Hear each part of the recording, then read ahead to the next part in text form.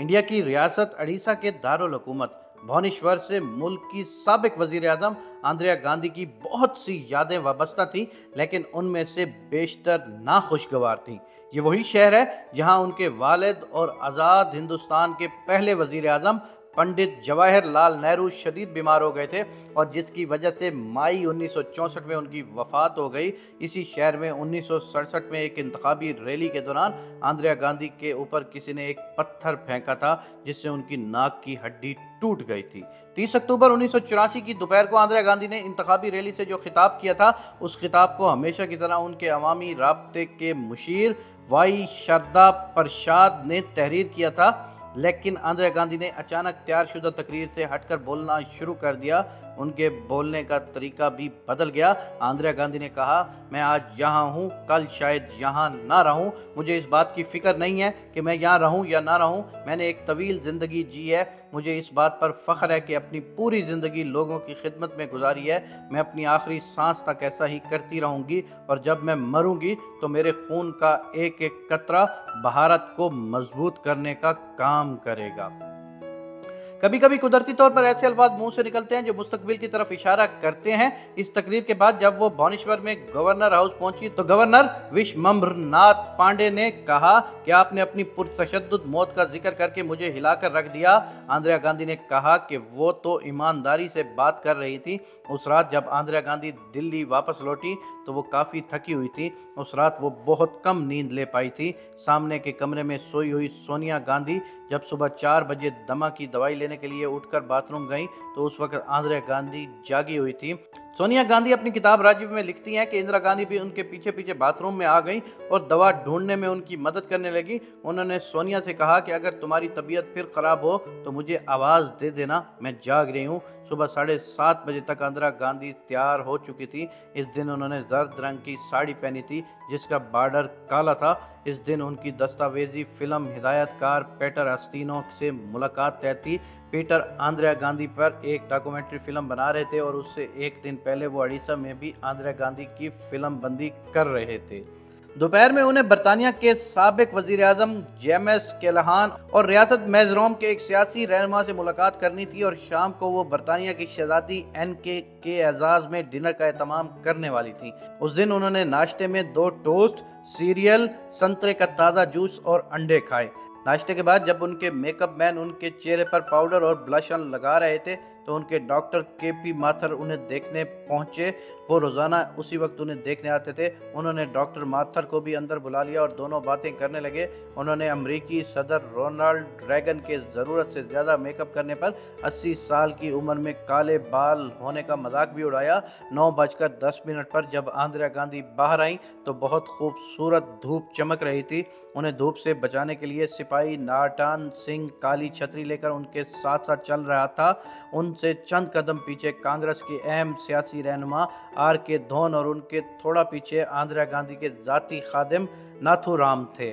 सबसे पीछे थे उनके जाती security एहलकार sub inspector Rameshwar Dayal. इस दौरान एक मुलाजिम एक टी सेट लेकर सामने से गुजरा जिसमें आस्तीनियों को चाय पेश की जाने वाली थी। इंदिरा ने उसे बुलाकर कहा कि आस्तीनियों के लिए चाय की प्यालियों का दूसरा सेट निकाला जाए। जब इंदिरा गांधी उस वक्त के वजीर आजम हाउस 1 अकबर रोड के गेट पर पहुंची तो वो आर.के. धोन से बातें कर रही थी। धोन उनको बता रहे थे कि इंदिरा गांधी के हुक्म के मुताबिक उन्होंने यमन के दौरे पर गए हुए सदर ज्ञानी ज़ैल सिंह को ये पैगाम पहुंचा दिया है कि 7 बजे तक दिल्ली लैंड कर जाएं ताकि उनको पालम हवाई अड्डे पर खुशामदीद कहने के बाद वो बरतानिया की शहजादी एनके के एजाज़ में होने वाले डिनर में शामिल हो जाएं।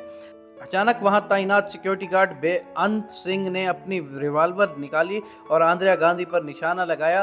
इंदिरा गांधी के पेट में गोली लगी। इंदिरा ने चेहरा बचाने के लिए दाएं हाथ उठाया, लेकिन तभी बेअंत ने बिल्कुल पॉइंट ब्लैंक रेंज से 2 और फायर किए। ये गोलियां इंदिरा की बगल, सीने और कमर में लगी। वहां से 5 फुट की दूरी पर सतोनत सिंह अपनी टॉमसन ऑटोमेटिक कार्बाइन के साथ खड़ा था। इंदिरा गांधी को गिरते हुए देखकर वो दहशतज़दा हो गया और अपनी जगह से हिला भी नहीं। तभी बेआनंद ने चिल्लाकर कहा, गोली चलाओ। सतोनाथ ने तभी अपनी ऑटोमेटिक कार्बाइन की सभी 25 गोलियां इंदिरा गांधी के जिस्म में उतार दी।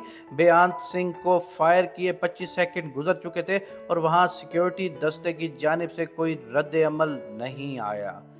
अभी सतोनत गोली चला ही रहा था कि सबसे पीछे चलने वाले रामेश्वर दयाल ने आगे दौड़ना शुरू किया, लेकिन वो इंदिरा गांधी तक पहुंचते भी नहीं थे कि सतोनत सिंह की गोली उनकी रान और पैर में लगी और वो वहीं गिर गए।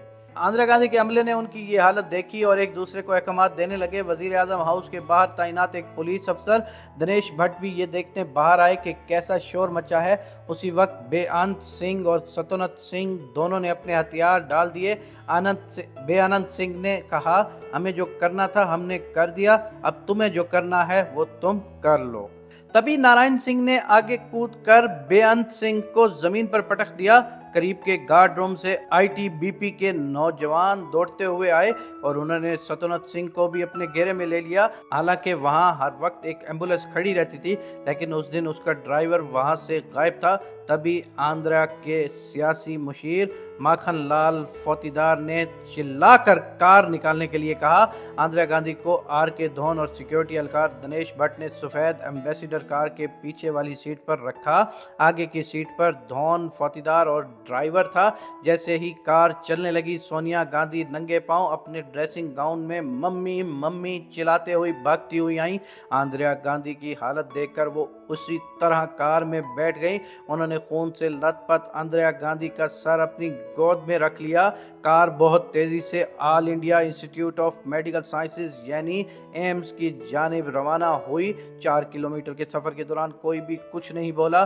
सोनिया का गाउन इंदिरा के खून से भीग चुका था। कार 9:32 पर एम्स पहुंची। वो इंदिरा गांधी के ब्लड ग्रुप ORH नेगेटिव का स्टॉक मौजूद था, लेकिन वजीर आजम हाउस से किसी ने एम्स के अमले को फोन करके ये नहीं बताया कि इंदिरा गांधी को जख्मी हालत में अस्पताल लाया जा रहा है।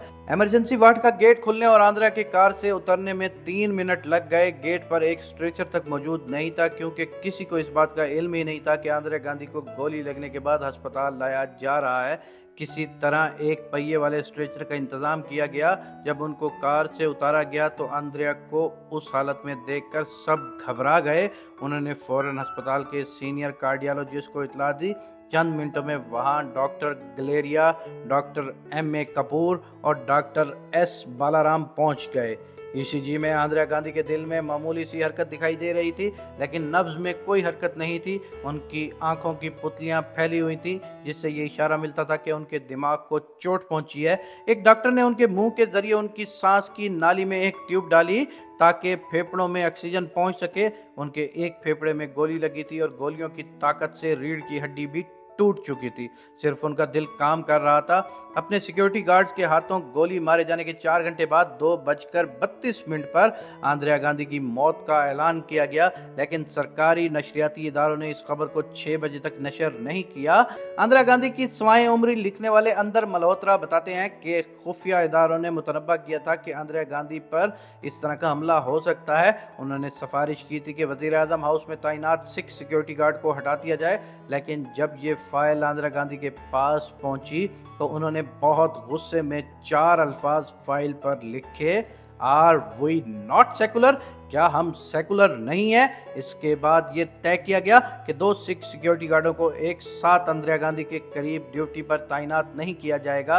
31 अक्टूबर के दिन सतोनत सिंह ने ये बहाना बनाया कि उसका पेट खराब है, इसलिए उसे बैतुल खला के करीब तैनात किया जाए।